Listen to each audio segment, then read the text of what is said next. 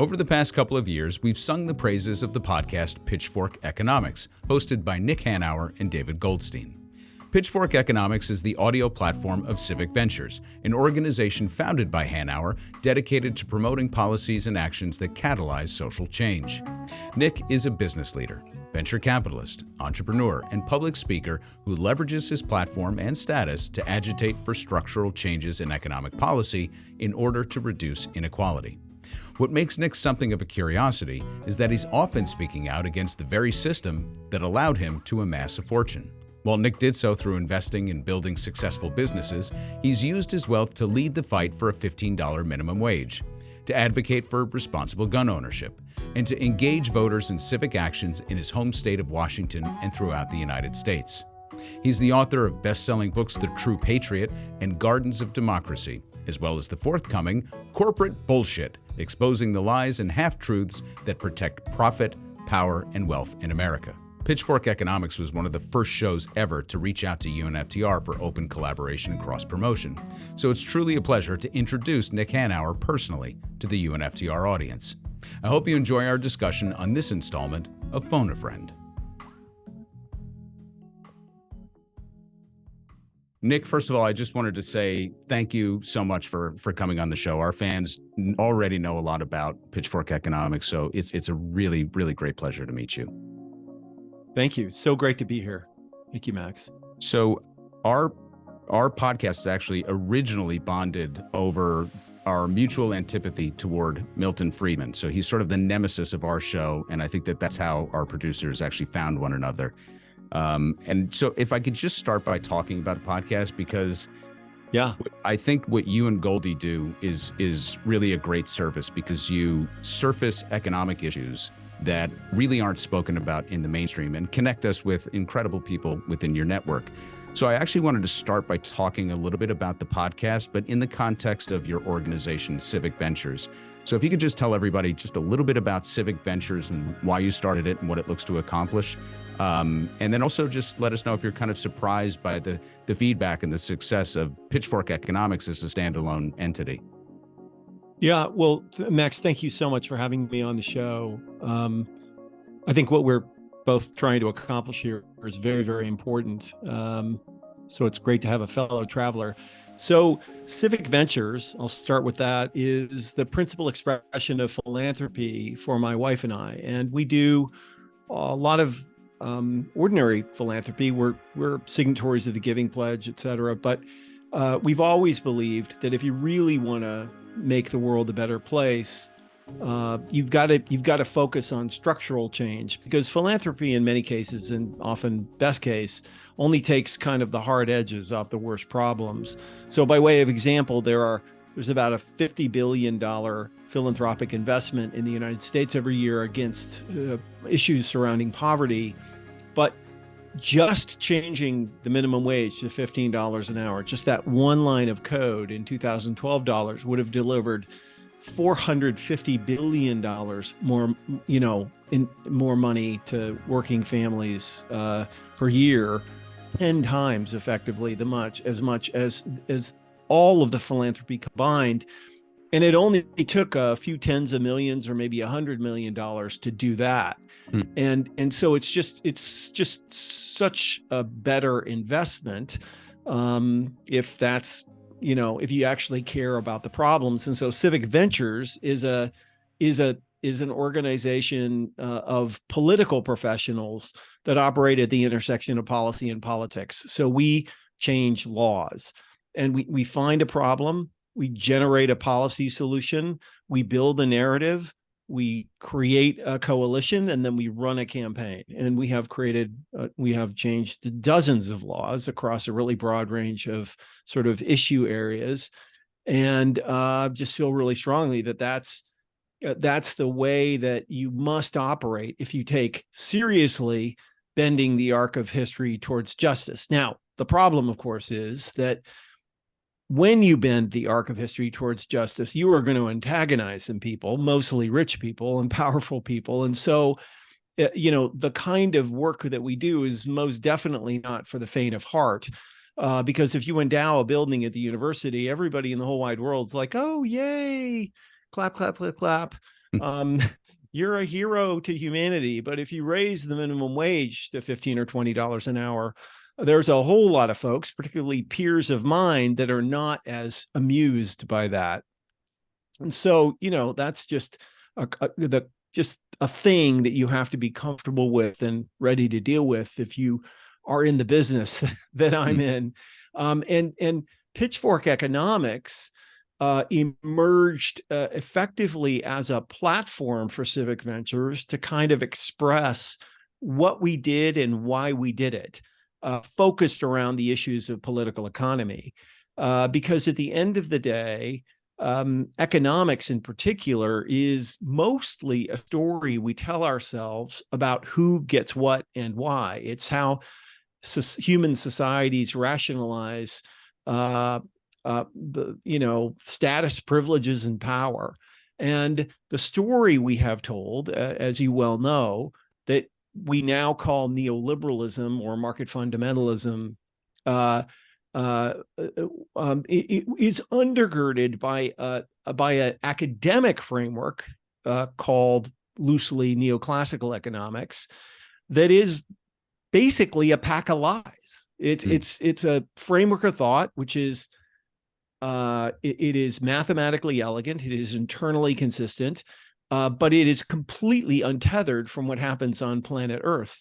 And yet policymakers from both parties, Republicans and Democrats, have relied on that framework of thought, as you know, for a generation to make policy, which is why the country is so fucked up, if I may say so. You may. And and the only way we're going to materially improve it is if we tear that set of ideas down and build economics back up from basically from the foundation. And so Pitchfork Economics, go ahead. Sorry. I was going to say, are you surprised by how well it's been received among the masses? Because, economics isn't the sexiest of disciplines. Yeah. And, but you've reached actually a fairly wide audience. And I imagine that you're able to, you get responses similar to what we do, which is, this is just great information to know. And in a different way, it sort of empowers the masses to backstop what you're working on at Civic Ventures. No, for sure. And it's been super gratifying. And we do get an amazing response to the podcast. And I think, on the one hand, I am surprised, right? Because it's so damn wonky that you just wonder sometimes if anybody has any interest in this whatsoever. But of course, there are a couple of factors. The first is that economics is the operating system of the world. And if you have the wrong operating system, you have the wrong world. And obviously, thoughtful people do and should care about that a lot, and many do. And the other thing is that I think most Americans have a sneaking suspicion that what they've been told is a pack of lies, right? Like, they've been told these stories that if you raise wages, it'll kill jobs. And if you give tax cuts to rich people, you get growth. And any way in which we constrain big corporations will kill productivity and jobs and all this stuff. And if there was a shred of truth to any of that, people would be living much better lives, but they clearly aren't. And so I think that while many people are not familiar with the technical details of what we talk about, it aligns with their intuitions about how the world works and doesn't work. And so it, for the slice of people who are interested in this stuff, our stuff kind of sings to them in a way, which it aims to do. But again, I think we are a little bit surprised by how much people enjoy hearing about this and thinking about it. Does Goldie take most of the credit for that? He does, and he deserves it. So you actually touched on a number of themes that we're going to get to that I think are really important. But the first is just you as an individual in the world, having the success that you've achieved as an entrepreneur and an investor. I imagine that, and you talked about ruffling some feathers in, among some of those colleagues and professionals that I imagine similar to FDR that you're considered somewhat of a traitor to your class, and Yes. but a lot of that is posturing. I'm curious as to what those conversations are like actually behind the scenes. So when you're talking to people who have achieved great success and great wealth, is there and corporate power players that really control the levers of our policies and our politics? Is there a level of understanding and awareness there, or have they also kind of drank the Kool-Aid and they think that everything's humming along just nicely? Thank you very much. Yeah. Well, I mean, of course, people are on a spectrum, right? And things have changed. So, Max, when I first started talking to people about inequality, which is in about 2006, it made everyone I talked to about it super angry and defensive, because people had not yet come to terms with the reality, right? Like when I'm not sure if you know this, but I got banned from TED for making a talk about economic inequality in 2012, right? It was just not something you were supposed to talk about in polite company. Now, since then, they have reinstated me, and I've done 2 more TED Talks because I would hope so. Chris Anderson is a righteous dude, and he realized that had been a mistake, and and so on and so forth. But it is interesting that when you talked about inequality in 2000 or 2006, people didn't grok it, and today almost everyone I talk to acknowledges that it is an issue, and they are with me generally right up until the point where I start talking about what it's going to take to fix it. Right. Which generally means paying working people more, and my peers and I paying a slightly higher level of taxes. And then you start hearing about how government is wasteful and the usual bullshit that rich people always say to try to make themselves feel better about the fact that they don't want to pay taxes or don't want to pay people more. And it is remarkably consistent how uncomfortable the simple idea that we can just make companies pay people more, that makes my peers. Like they have been absolutely brainwashed, or they brainwashed themselves into believing that that people who make low wages deserve those low wages. And if we require big companies to pay people more, we will have violated some law of the universe, and the whole thing will collapse into a black hole or something like that. Economic inequality is an incredibly simple problem to address in a place like the United States. You simply have to require companies to pay people enough to live in dignity without food stamps. It's that simple. Yeah. It's all you've got to do. And there is no earthly reason why you can't do that. Now, corporate profits may go down a little bit. Executive bonuses may go down a little bit, but that's it. And it just but the proposition definitely makes people uncomfortable. So we talk a lot about this, and we talk a lot about how what we're battling against, let's just say, we'll call it from the progressive side of the spectrum, as we advocate for some of these fixes that you're talking about, is that we're also battling against a 50-year or maybe more onslaught of neoliberal thinking and policy that has taken shape in think tanks, in academia, certainly in economic circles, and then you see it reflected through campaign contributions and so on. And it has been a very, very, I don't think most people appreciate how coordinated those efforts have been, because you can usually draw some straight lines back to some very well-heeled funders that are putting a lot of time and effort into telling these type of stories that have completely mixed up the narrative. And so what I find personally is that when you talk to people one-on-one, and we're going to get to the book in a minute, because you bring out a lot of individual issues and stances that are very hard to argue with when taken in isolation.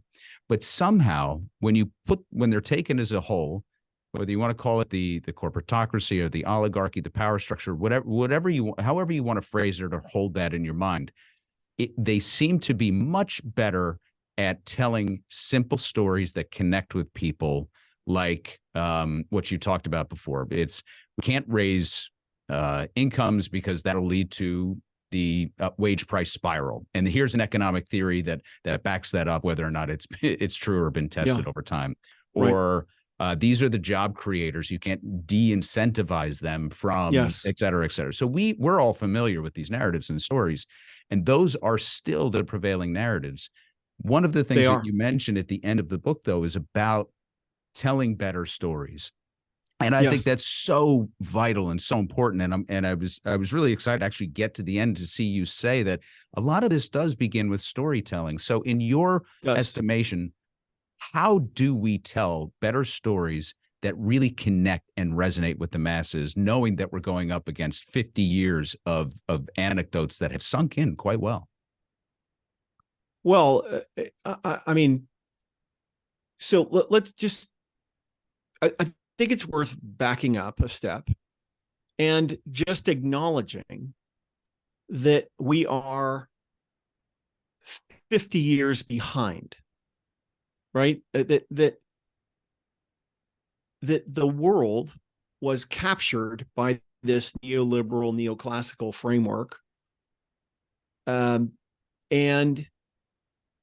that framework of thought, that worldview seeped into the heads of virtually every important policymaker and political leader in the Western world. So it was more virulent in the United States and in Great Britain, but equally in Germany and some other places like that, although they've handled this much, much better, but certainly the United States. And so for 50 years,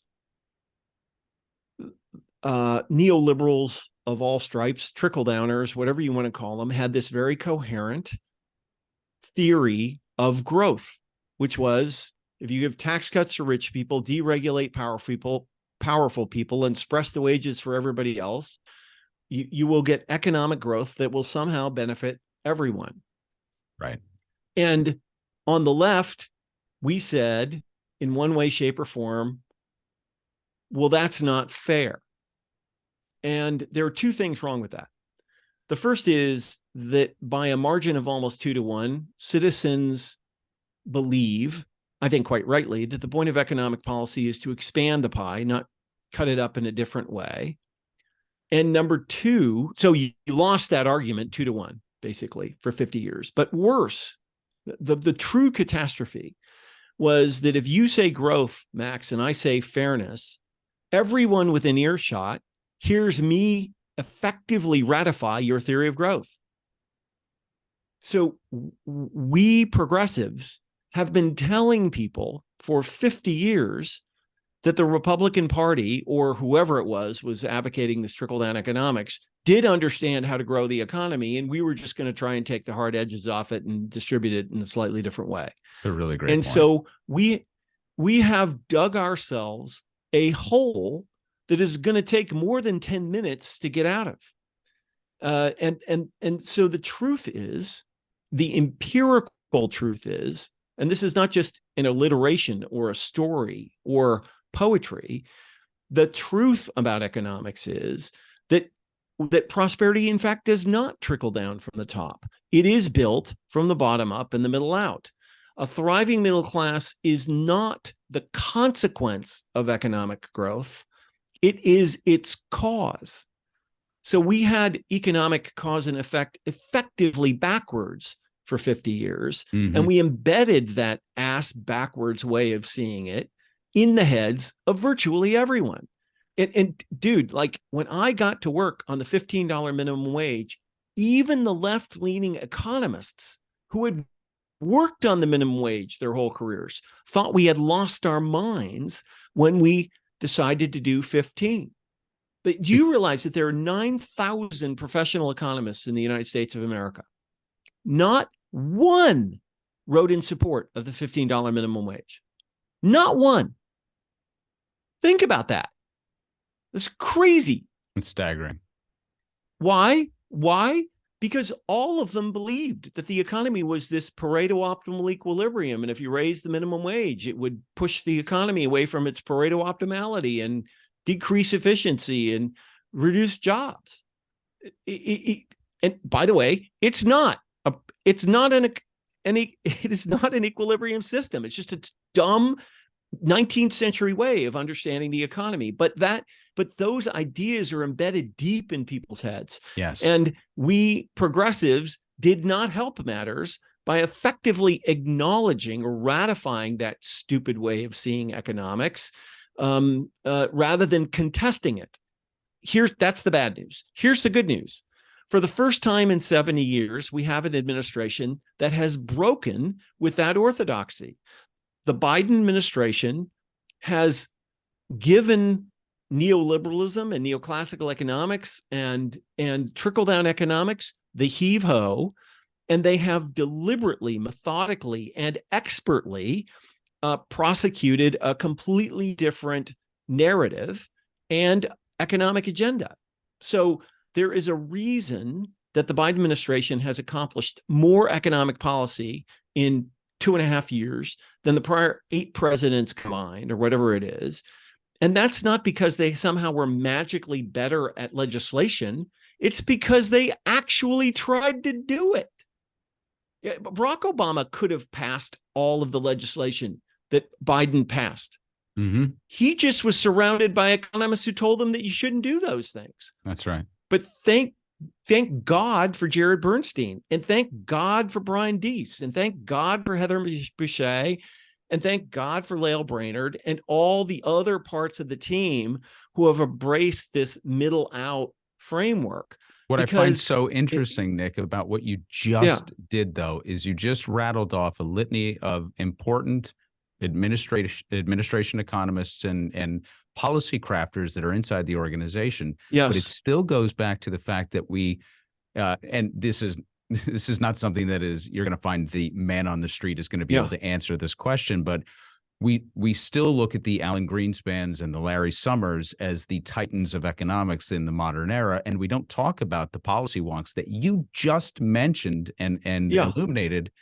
And part of that, to me, goes back to this idea of story. And we've sung a lot of the similar hymn to the same hymns that you're singing right now, but also have been, I think, rightly critical that the Biden administration isn't also the best at messaging and hasn't done anything to kind of recapture that flavor. And so a lot of these policies are helping people, but they're being talked about in a vacuum where people aren't connecting the two. And so I still feel like we have a narrative problem that we haven't been able to coalesce and overcome. Well, so so the most important thing I've learned about how ordinary people think about economics over the last 10 years is this: that for 95% of Americans, and that probably includes 0 of the people who listen to your podcast and listen to my podcast. Okay. But for the vast majority of citizens, the economy does not exist as an abstraction.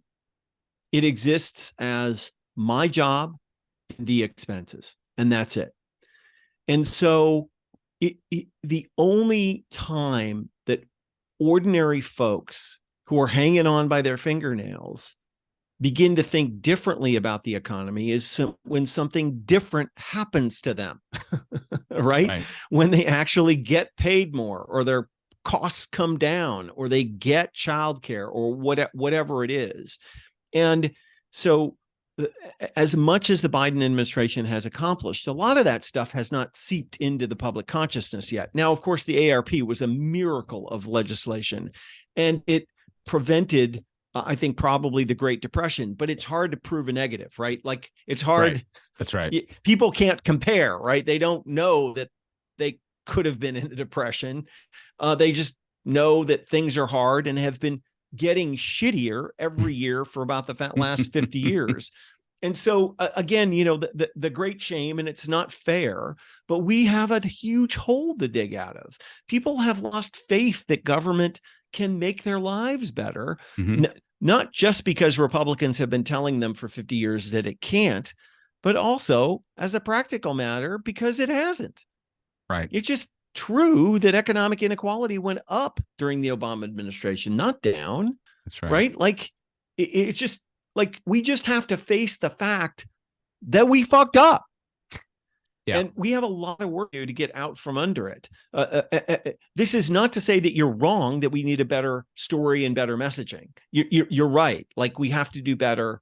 There have to be ways to break through, but we should not collectively be surprised and amazed that the world has not snapped to attention and said, oh, okay, you guys are right. You know, Right. all that stuff I've been taught for the last 50 years was wrong, and I'm on to the new thing. Right. Like it just will take time.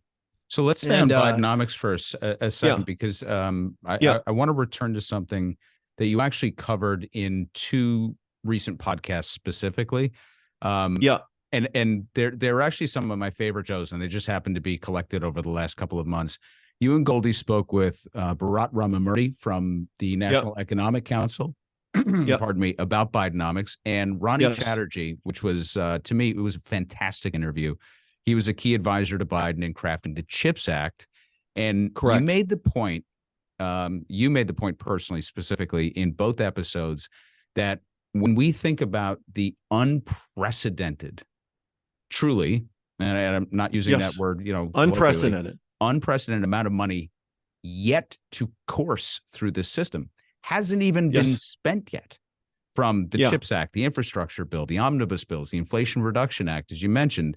When we think about that and the potential surge in economic activity, I was just wondering if you could speak to that specifically, because it's something that you keyed in on, that we haven't even begun to feel the effects of what has been designed and crafted. What do you see? What do you think is possible from in these out years as a result of these acts? I mean, if there is anything to be optimistic about in the world right now, it is the effect that these investments are going to have, not just on the economy of the United States and the well-being of Americans, but the way in which that bow wave may drag the world forward too.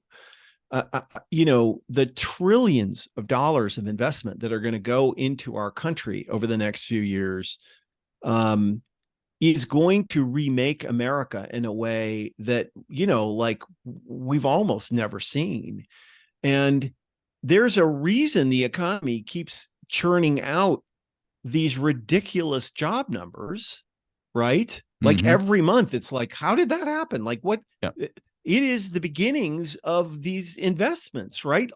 You could just read about it every day. Another factory opening, another factory opening, another factory opening.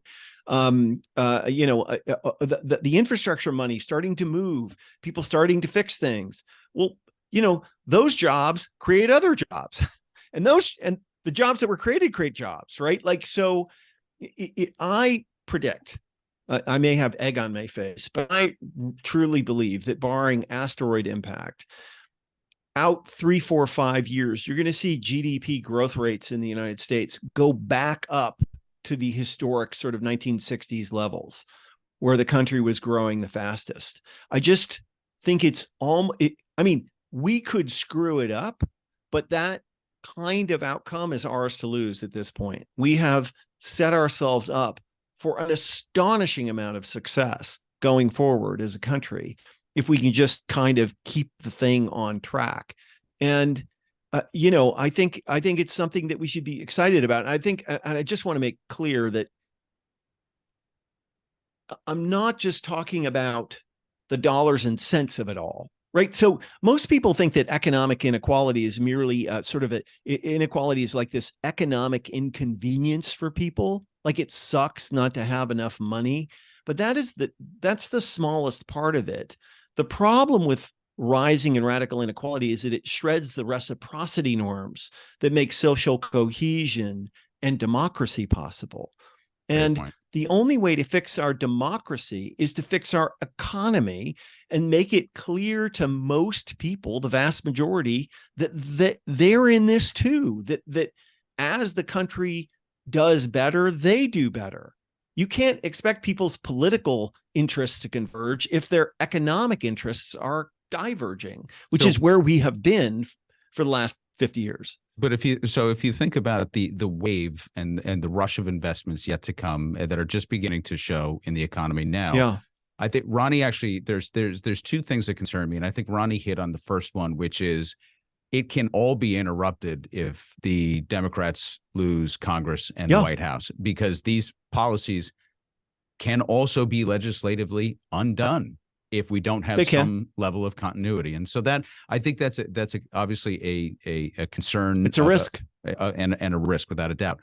Where I'm maybe a little more skeptical, just because I don't yet understand how it filters down in the middle out, bottom up strategy that the Biden administration is putting forward. I've been a little bit cynical with respect to the bottom up portion. I get how these investments can filter through the wider economy. But when we look at the nature and the quality of the investments that are coming in, when we're talking about factories and superconductors, renewable energy, hardcore infrastructure, digital infrastructure, a lot of these are in sort of these, Schumpeter's creative destruction type of industries, of where it's going to be a renewal. And we are still going to have a segment of our economy and the people in our economy that won't necessarily be able to participate if we don't also pass a number of reform measures that re-implement smart measures like that, the direct child tax payments. Yeah, of course. You have to remember that the Bidenomics economic agenda is to a great degree simply a reflection of what has been possible, right? Like you can't fault the Joe Biden that we haven't passed a $20 minimum wage, which is bottom up, right? Or a suite of other things that, the elimination of student debt, bottom up, right? Mm-hmm. Like there's a list of 20 things that team would love to do if they had different senators and a Democratic Congress, right? So what they have done up to now has been enormously impactful and on the right path. There's a job yet left to do, that we need to reelect those people, ideally with good majorities, so they can get done. But I just do want to point out that the least well understood and maybe the most impactful stuff that they have accomplished are the executive orders, which are sort of under the hood. Mm-hmm. The anti-competitive, the anti-monopoly executive order is not legislation, but it can have an enormous impact on the lives of people at the middle and the bottom of the economic spectrum. So by way of one simple example is the elimination of non-competes, which is something that's going through. To one tiny example of the 100 things they're trying to get done. The rule change at the NLRB is another example. That's right. Giving the people more opportunities to participate, for sure. Absolutely. But 1 in 5 Americans have been forced to sign a non-compete.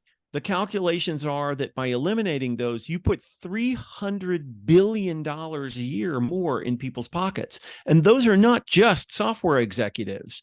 My hairdresser had to sign a non-compete, right? It's nuts. People working in sandwich shops were signing non-competes, because they couldn't go across the street and make burgers because Jimmy John's made them sign a non-compete. It's so nuts. So is Bidenomics today enough to live up to the promise of what it should be? Absolutely not. Joe Biden would be the first to admit that. But my God, we've gotten a good start, and with a majority, they could do a lot more. So in defense of it, I know people are frustrated and feel like we should have gotten farther. If Kristen Sinema hadn't been such an asshole, maybe we would have.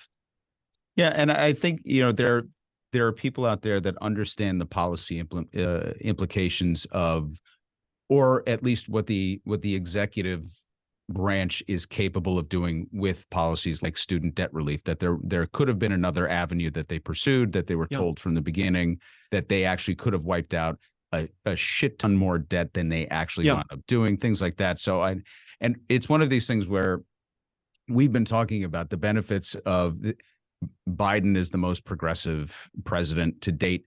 And I'm careful to explain, at least, or to have the conversation with our audience, that the benchmark there is pretty low. So yes, we should be extremely enthusiastic.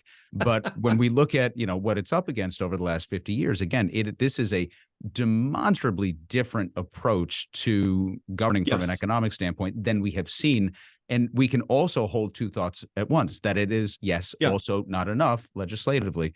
And we're going to have to continue to battle for these things and not be complacent. 100%. 100%. There's something that you said, though, in the book that I love. You had a phrase that you called compassion fatigue. And I really keyed in on that because I think it is something that helps me kind of explain, when we do go back into history, the acceptance of Reagan's, shining example on the city on the hill and Reaganomics writ large. This idea that progressives got it wrong and we're always talking about fairness and equality as opposed to talking about a different vision moving forward. And I loved how you phrased that. But there's something that mystifies me that I was wondering if, in your conversations and your travels, if you could kind of unpack for me. And that is the idea that even with compassion fatigue, this war on entitlements is going after sacred cows like Social Security and Medicare, and still resonating somewhat, even with a population that is in receipt of these entitlements and on the conservative side of the spectrum. How can we explain that level of brainwashing? Now, there are people that would just fall out of their chairs and never vote Republicans again if they, dismantle Social Security and Medicare and privatize the entire thing. I think that people are that connected to those programs. And yet the conservative side of the party and Republican Party, from a platform perspective, continues to push these narratives, hoping that will resonate with the dying gasps of their older voters.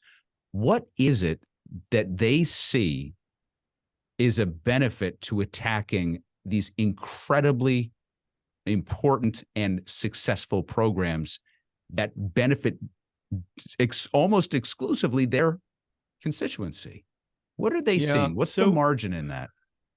Well, wow. I mean, there's a political calculus there that I don't understand, but I do understand a little bit of the psychology of it. And what we progressives always have to remember is that humans are not all the same.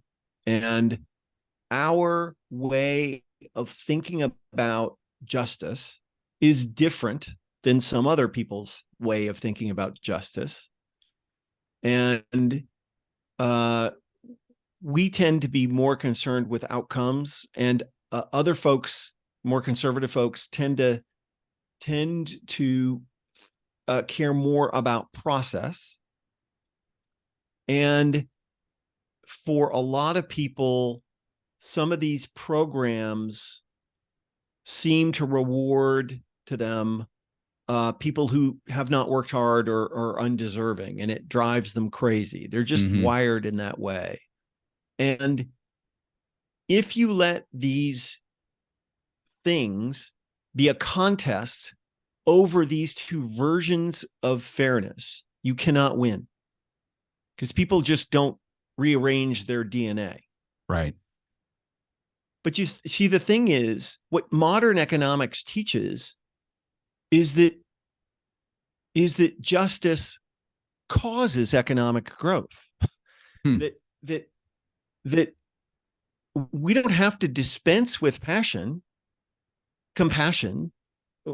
We have to simply remind people that when you pay people more, it's good for everybody.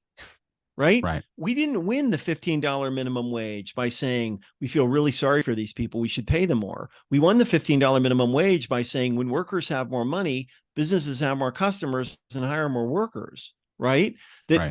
We have to remind people that progressive economic policies are actually the policies that grow the economy for everyone. Mm-hmm. So you may not like those people who are getting paid more, but they make really good customers for you now, and you don't have to send them food stamps. Right. And so if you couple compassion with practical arguments about how the economy actually grows, you get a lot of those people to be like, okay, I'm with you. Mm-hmm. Right. And that's where the mistake has been made, is we let this contest be over different versions of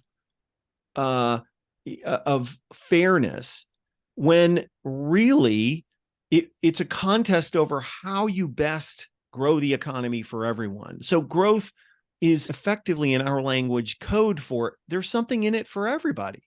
Right. Right. Right.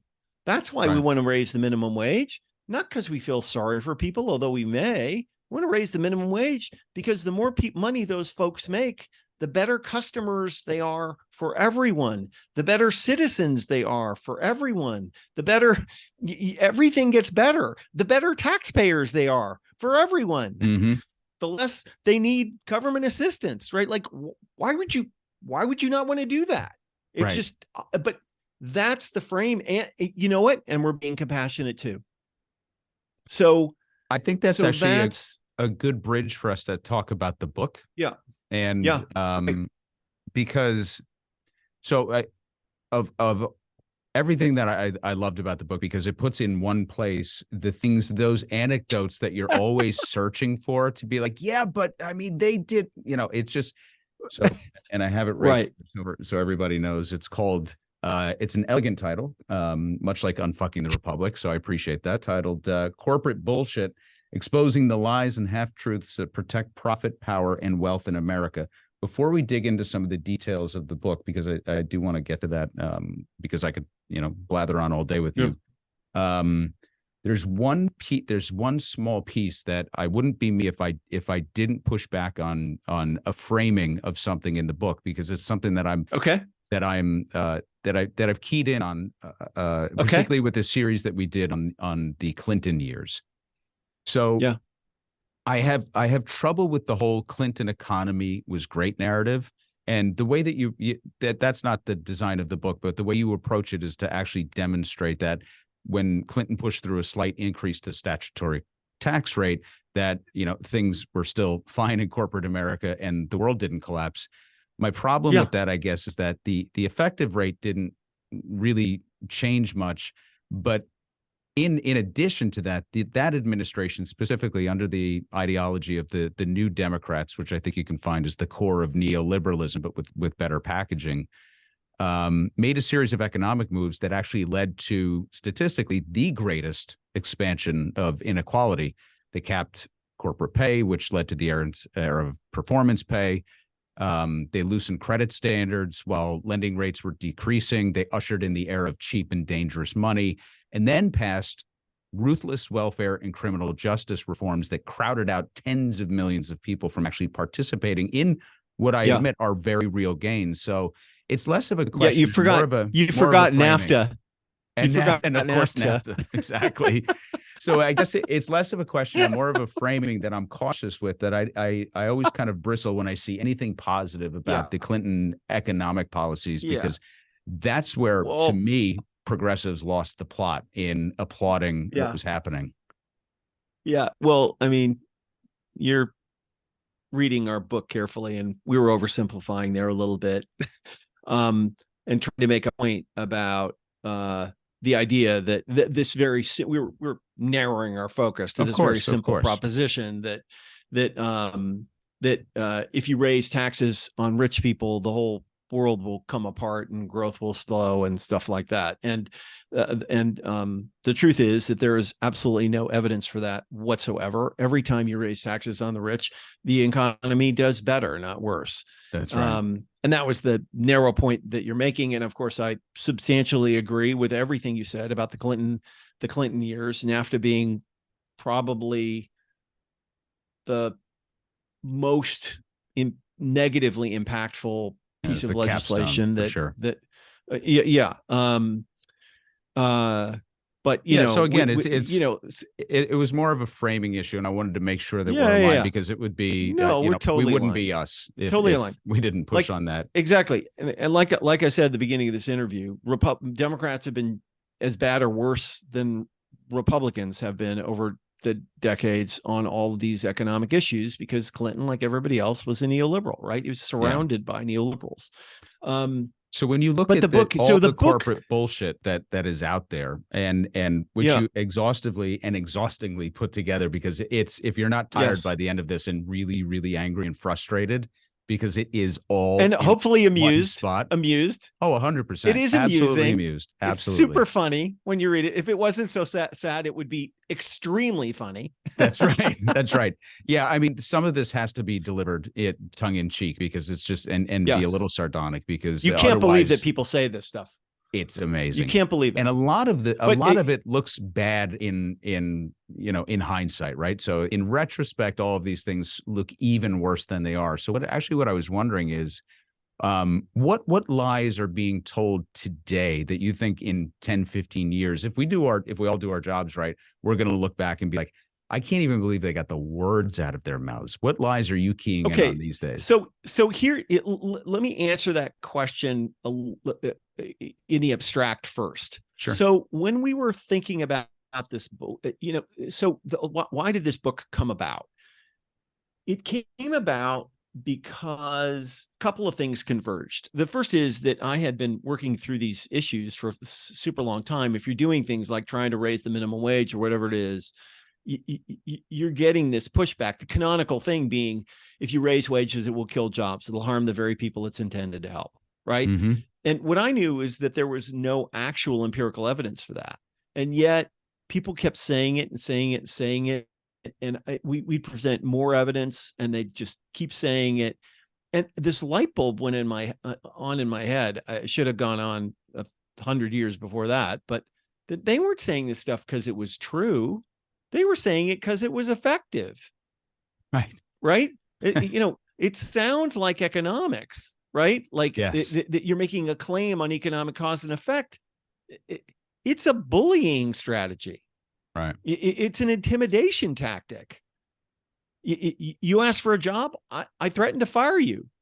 This is the most effective thing capitalists have been doing since the invention of capitalism, right? Saying that raising wages kills jobs just saves guys like me from one-on-one conversations with working people, right? It's a way of threatening the livelihood of millions of people in fragile economic circumstances in one go. And I had this friend, an amazingly brilliant neuroscientist named Molly Ball,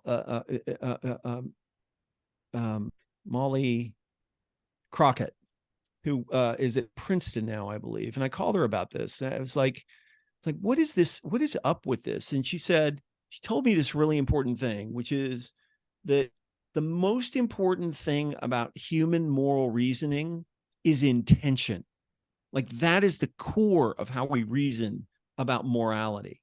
This is why if you deliberately kill somebody, you go to jail forever, versus somebody jumped in front of your car and you accidentally hit them and kill them, right? Like the two people are equally dead, but in one case you're in very big trouble. And in the other case, they may say, well, this is really a terrible thing, but just drive more carefully, or some version of that. And so I realized that all of this bullshit is fundamentally the same thing. Dressing up antisocial ends in pro-social language, right? Nobody says, screw you, we make a lot of money on this chemical, it may kill you, but we're shipping it out because, my God, it's profitable. No one ever says that, right? Mm-hmm. Corporations never say, the reason we don't want to pay you more is we love our executive bonuses and our big fat profits. We don't give a rip about you and your family, and we're just going to squeeze the hell out of you for as long as we can. I love that you went all the way back to Upton Sinclair and brought it through the OSHA standards, and these areas Exactly. that really actually, because you can walk into any factory and look at the OSHA standards and hear management grumbling about OSHA, but then when you put it out there and actually do the math of how many people were absolutely saved in working environments over the years by these regulations, it really makes it, and then put that against all of the other corporate lies and bullshit that you illuminate through the book. I think it's pretty powerful.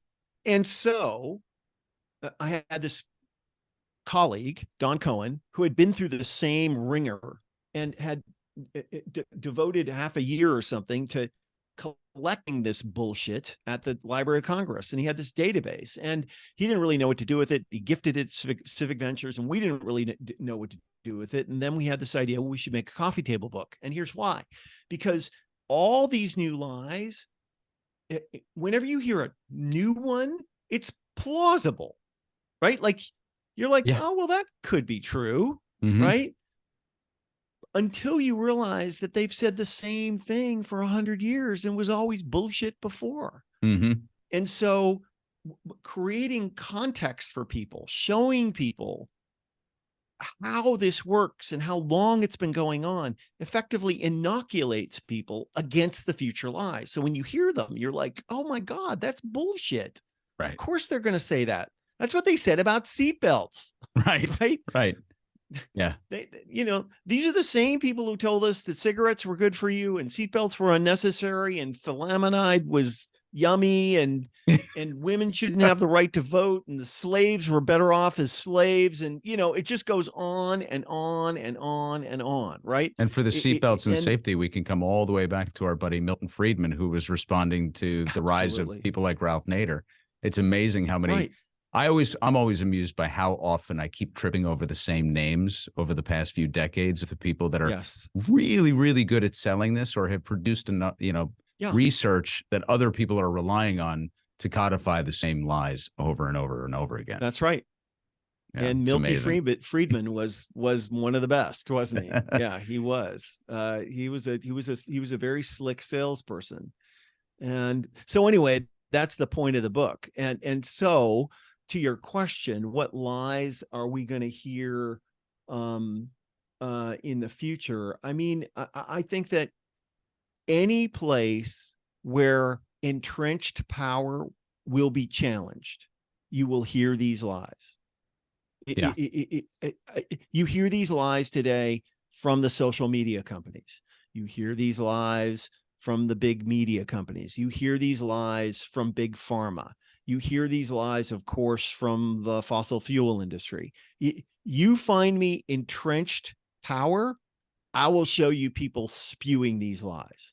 There is almost never an example where they don't. And the thing that's so amazing is that it just, there is almost no bottom to how little regard for humans sometimes there is. It just astonishes you when you go back and look at this stuff. What I love about it, Nick, is that I've long felt that I came up in independent alternative media and journalism. And I've long felt that the unceremonious decline and death of independent media and independent newsrooms is that corporate America would get a pass, because I felt like the national mainstream news had already been long co-opted by the conglomerates. But it was at that local level where if there was wrongdoing on a corporate with a corporation, whether it was a branch of it, a franchise, or that was the hometown employer, independent on the ground local media would be the one to unearth it. And the decline of that has allowed corporations to pretty much have their way with all of us as they please. And that's why I like that you took this tack and you went toward the corporation specifically, because people talk about getting money out of politics and they talk about corrupt politicians and systems and economics and all of that, but there's always money behind it. Tiny problem. Always money. And you have to cut that source out, and the only way to do that is to kind of, I think, reshift the focus, much like you say in the conclusion. We have to tell different, better stories. We have to change the focus here. They can't have a pass anymore, not on our watch. No. And so that's why absolutely not. Arc of Pitchfork Economics, certainly what you've been doing with Civic Ventures, and the fact that you'd never had to is one of the things that I admire, because you are the rarest of breeds of people that have been as successful as you in investing. Thank you. But the fact that you're pulling it all together and threading the needle with this idea that it's no more bullshit out of you guys. I see you for what you are, I think is really powerful. So I hope you find great success with it. I hope I walk into a house one day that has it sitting on a coffee table, because that would be super cool. I agree. Right? It makes an excellent stocking stuffer or whatever. Yeah. No doubt. No doubt.